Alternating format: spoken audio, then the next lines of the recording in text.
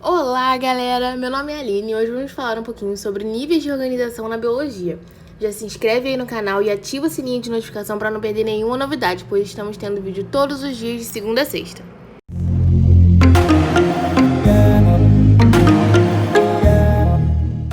Então vamos lá. O que são esses níveis de organização?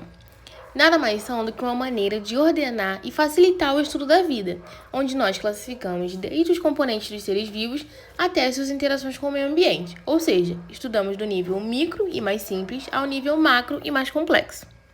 E quais são esses níveis de organização? Nós temos os átomos, as moléculas, as organelas, as células, os tecidos, órgãos, sistemas, organismos, populações, comunidades, ecossistema e a biosfera. Vamos dar uma olhadinha nas características de cada uma delas? Vem comigo! Os átomos são as unidades básicas da matéria e são compostos por prótons, nêutrons e elétrons. A partir dos átomos, temos a composição dos elementos químicos. Aí no exemplo, temos o hidrogênio, que é composto por apenas um elétron e um próton na sua forma mais estável. Esses elementos combinados formam as moléculas. A molécula é a menor partícula de uma substância e é formada pela junção dos elementos, através das ligações químicas. Por exemplo, dois átomos de oxigênio se combinam para formar uma molécula de oxigênio, O2. Ou um átomo de carbono se combina com dois átomos de oxigênio para formar uma molécula de dióxido de carbono, o CO2. Dentre as mais diversas moléculas, temos as orgânicas, cujas são formadas principalmente por carbono, oxigênio e hidrogênio. Aí estão alguns exemplos como as proteínas, os glicídios, os lipídios e os ácidos nucleicos. Fica ligado que aqui no canal tem vários vídeos específicos sobre essas moléculas. Vai lá na nossa playlist de biologia conferir. Esse tipo de molécula se organiza em diversas estruturas, como as organelas celulares. As organelas são componentes importantíssimos das células eucarióticas. Elas são localizadas no citoplasma dessas células e realizam diversas funções específicas no metabolismo celular.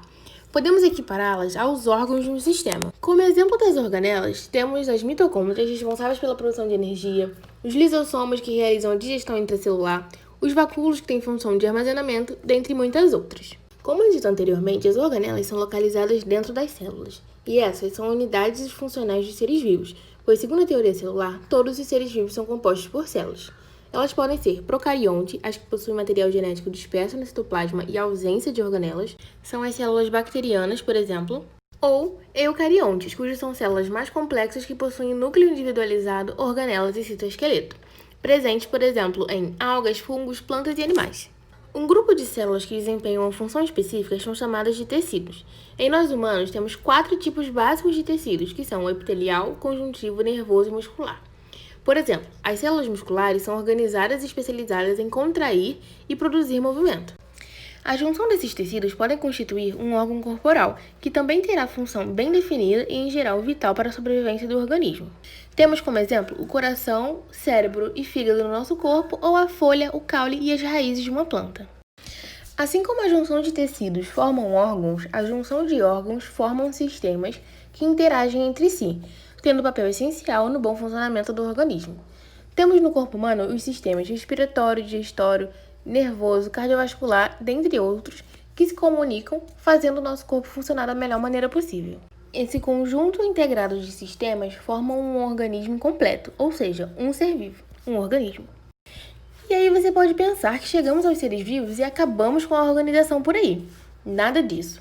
Normalmente, os organismos interagem entre si, com outros organismos e ainda com os componentes abióticos do meio ambiente, ou seja, a matéria não viva. Considerando essas informações, o primeiro nível de organização depois do organismo é uma população, que nada mais é do que um conjunto de organismos da mesma espécie que se encontram em determinada região em um período determinado de tempo.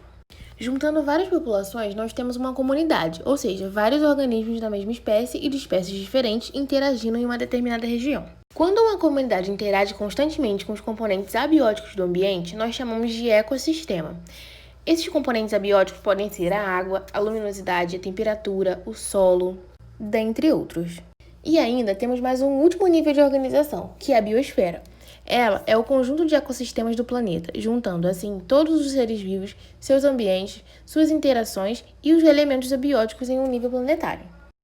O ramo da biologia que estuda a biosfera é a ecologia, e dentro dela esses níveis são importantíssimos para os cientistas categorizarem os estudos. Já pensou alguém estudando todas as interações que existem na Terra? Seria praticamente impossível, né? E aí, depois dessa aula você não acha que fica muito mais fácil e organizado estudar os níveis biológicos dessa maneira? Comenta aqui embaixo lá no meu Instagram para eu saber o que você achou. E é isso, galera. Espero que tenham gostado. Não se esqueça de se inscrever no canal, ativar as notificações e nos seguir nas redes sociais. Um beijo!